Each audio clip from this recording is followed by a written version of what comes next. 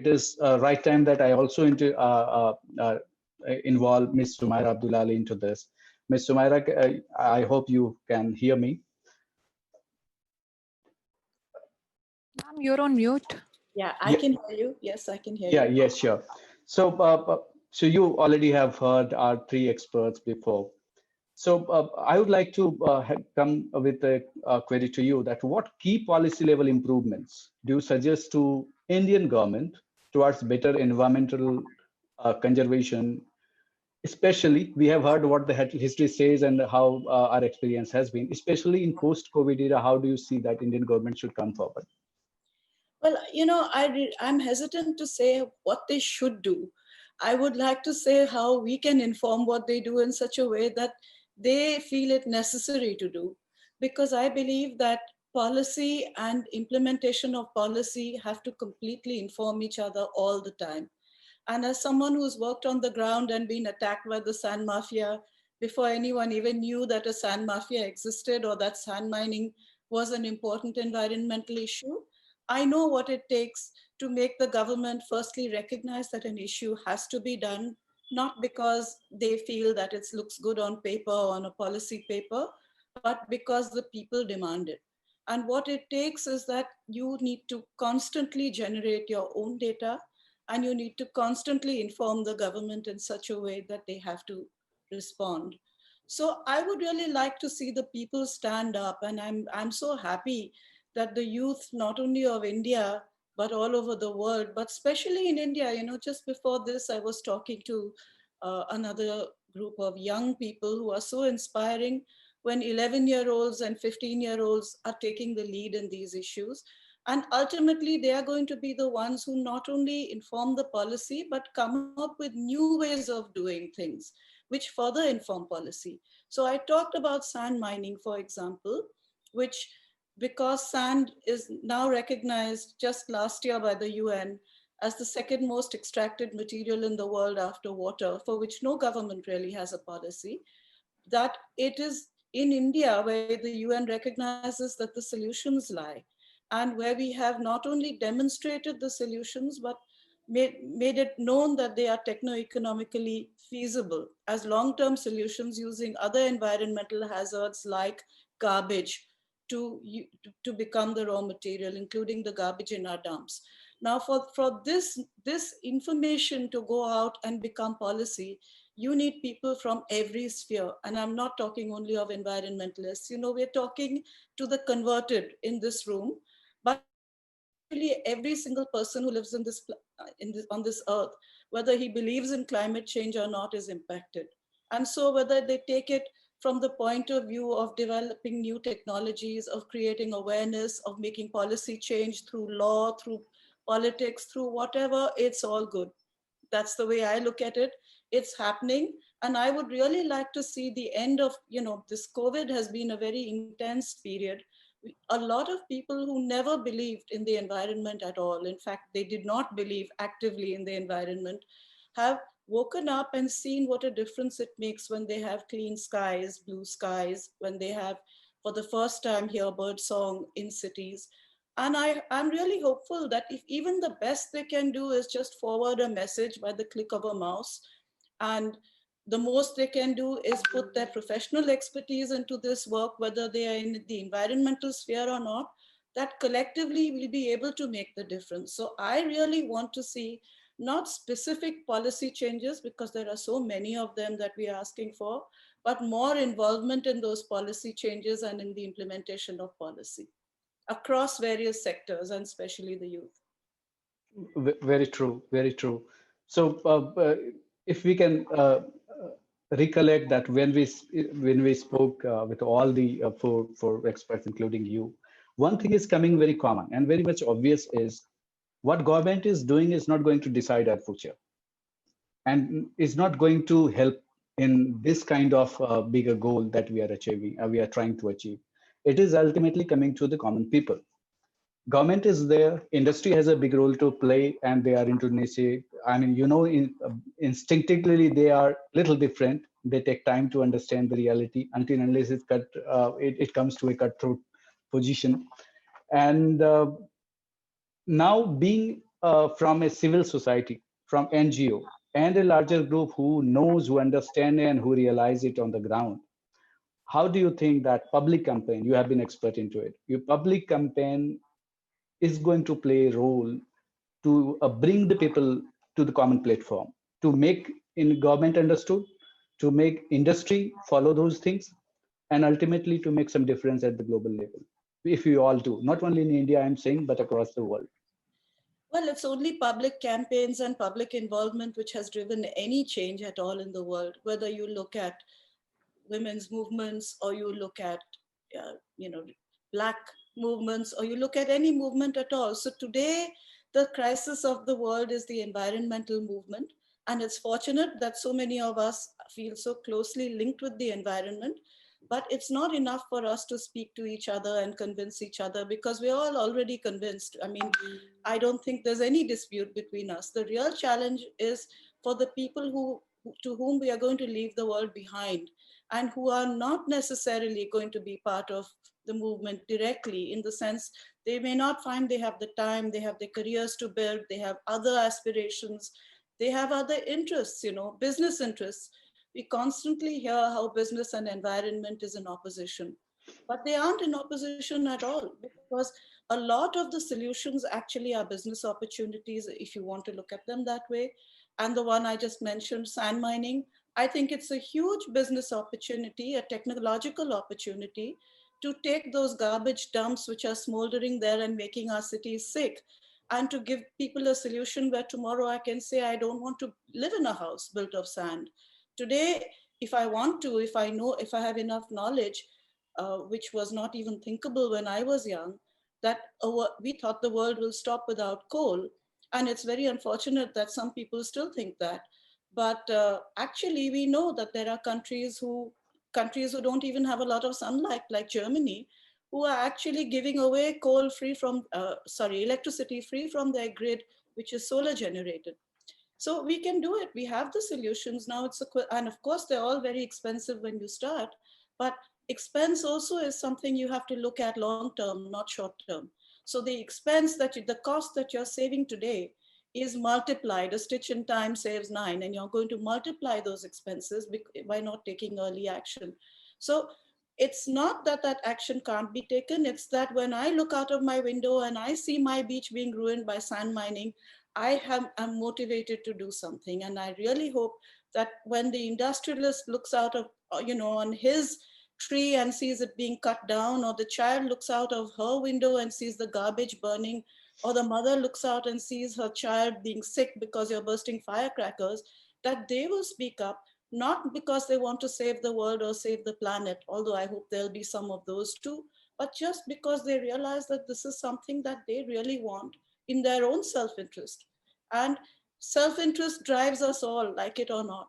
So whether it's the tribal community that Ashish talked about on the ground, who have self-interest in preserving the environment, or it's the urban CEO who thinks he has no self-interest in preserving the environment, but really does. So we need to educate them all at whatever level we can. And each of us has the ability, to a small degree, to a large degree, to any degree.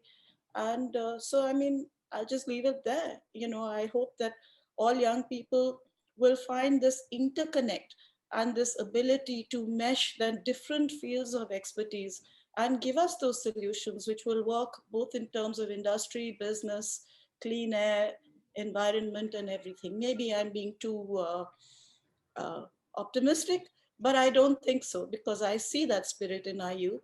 And I think coronavirus has actually served as a huge lesson to the world. And the UN has said rebuilding better. So I hope that rebuilding better means inclusively, and inclusively with inputs from each and every one of us.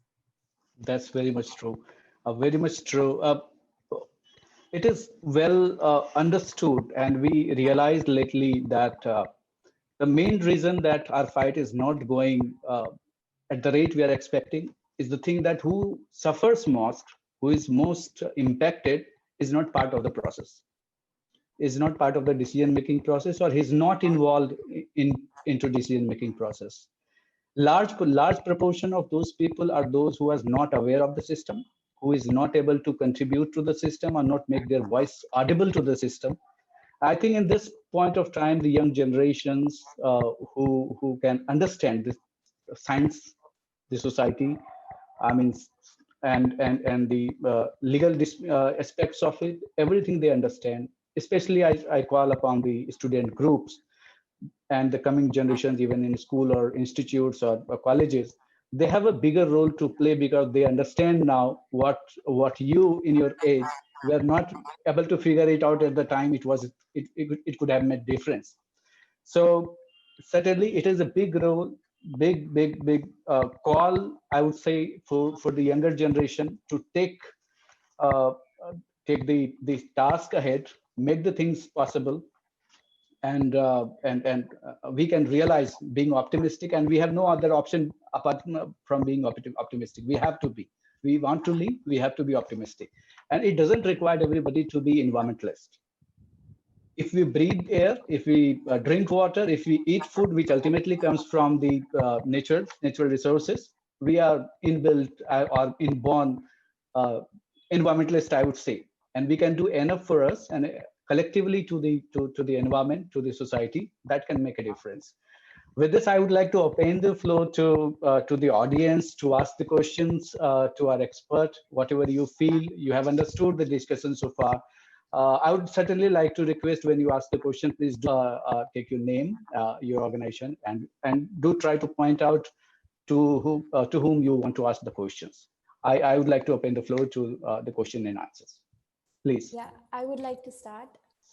Hi, my name is Sahipi and I'm from USA. My question is directed towards Sumaira ma'am. First of all, I was very inspired by your words. And coming to the question, one of the major issues you have worked for is the prevention of illegal sand mining. So we feel that your activism against it may have put you in a vulnerable position where you might have received many threats to your life. So how did you overcome this constant fear? And what suggestion would you like to give to our audience regarding being an active and watchful citizen? Thank you. Well, I think everybody is an active and watchful citizen. And when you look out and see something happening, you don't realize it's a huge international issue. It's just an issue you see. So my advice to you would be do it rather than not do it. And to answer your question about being attacked, yes, I have been attacked twice. The first time I was in hospital, the second time I was nearly killed. An FIR was filed for attempted murder, first information report by the police. But you know, when that kind of thing happens to you, you have two choices. You can decide, well, this is too hard and I don't want to do it. But everything in this world is hard. And if you don't do anything, then it happens to you without your volition.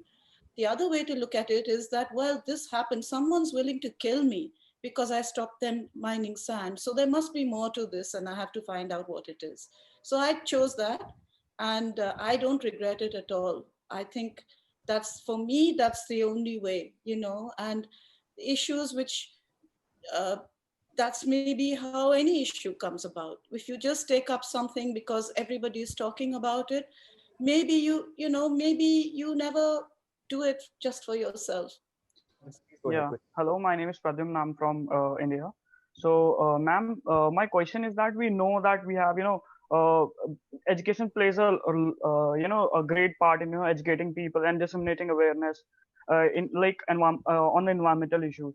So I know that you have been, doing it since ages. So the current education system in India or in the world doing it in the right manner, and if not, then how can we improve? Because education, if we include all these things, I think in education system it would be very helpful. As like this would really look like we are going off topic, but if we are talking about sex education, we do not include basically in our curriculum. So we feel that there is a problem in that curriculum. So I want to cumulate it with the environmental issues as well, and does it plays an important part, and if yes, then how can we improve? Ma'am, you're on mute. Sorry, technology is not my strong point. That's you guys. We take a very narrow view of education. We think that education is what we learn in school, and there's a role for that. It's very important. But more important is the education which you see and feel and hear and, experience. So I really think that when you talk of education, you need to look at it in every possible way and learn about the environment as part of your daily life. And so that's what education is. You know, it was very sad. I was talking to another group of young people, and they said, um, somebody asked the question to the other, what does a tree give you?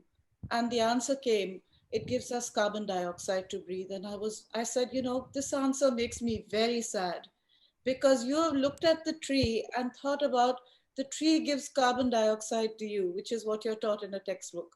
But actually, the tree gives you happiness and joy as well. So I think, yeah, there's a role for education. We must include environmental education, but we have to take it far beyond that, far beyond the textbook. And all the people who have actually protected environment in one way or the other, or women, or any other rights, have done it because they have felt it in the heart, not because they've learned it in a textbook. So we need everything. We need those textbooks to be written by people who feel passionate about the environment. And we need all of you to go out there and look at it and then communicate that passion. And maybe one of you will write your own textbooks. You know, I met a very young girl, 15 years old, whose dream it was to go to tribal children and teach them about the environment.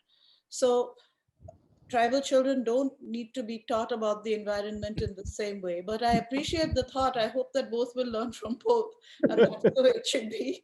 Yes, ma'am.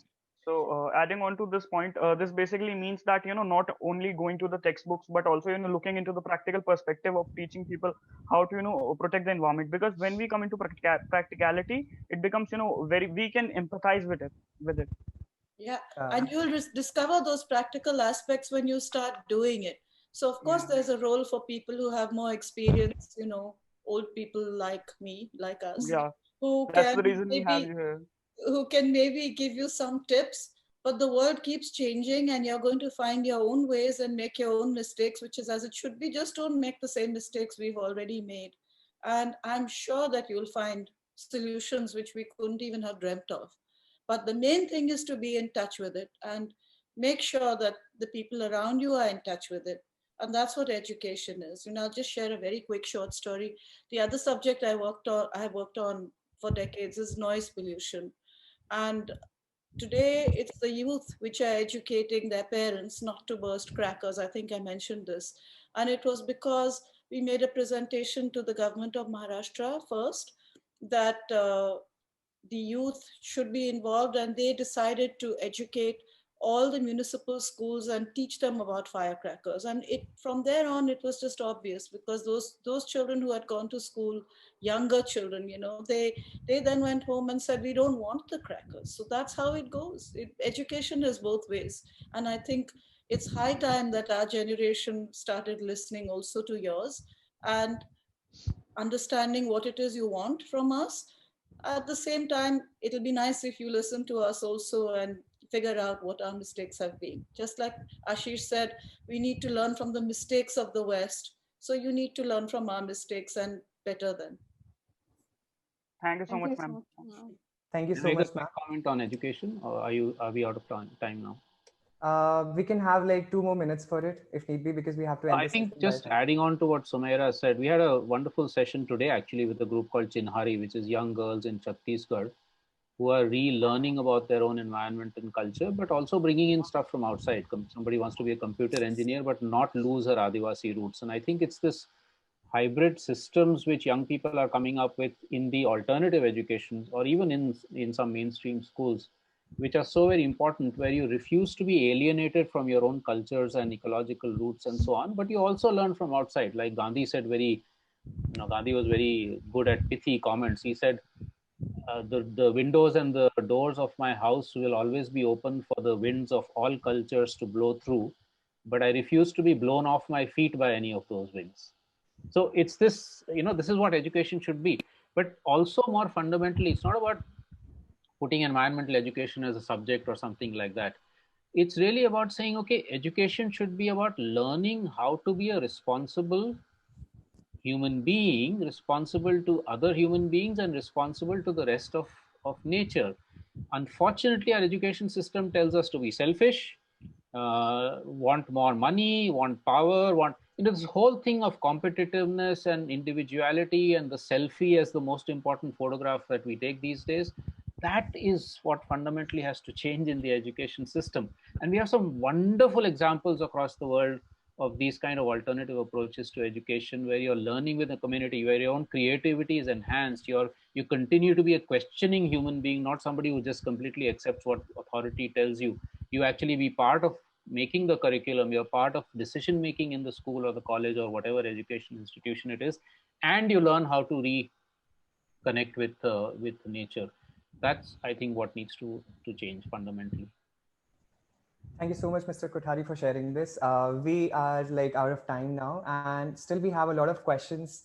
So I would suggest all of you can connect with our guests on social media platforms, on LinkedIn, Twitter, or on Facebook if they're on. And so now I further give the stage to Mr. Sanjeev to do the concluding remarks. Thank you so much. Thank you. Thank you very much. We see there are a lot of questions are pouring in, and we do have a shortage of time. We are finishing it now. So that is one of the best options that you people please do connect, get motivated from our expert panelists in future, and we'll get solution.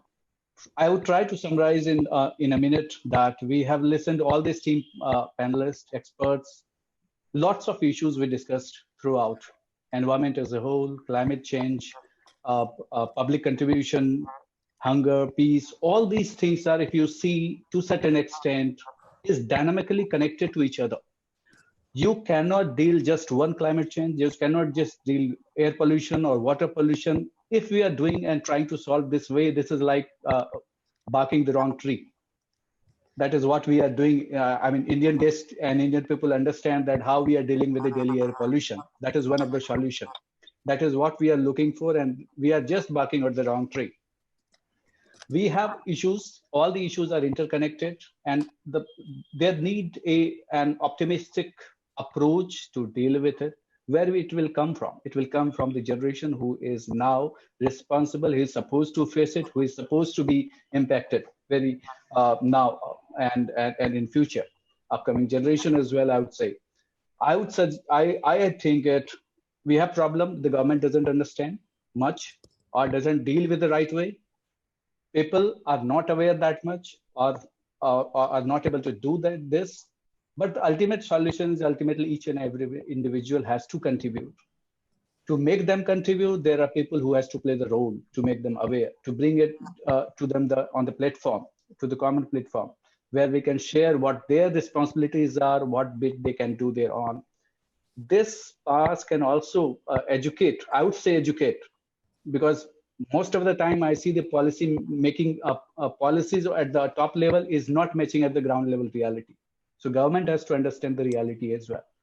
This is the high time, I would say, for the new generation, for the people. I would especially say the students in the school and colleges to learn more, to understand more. This is your job now, because who has to go through it has already gone.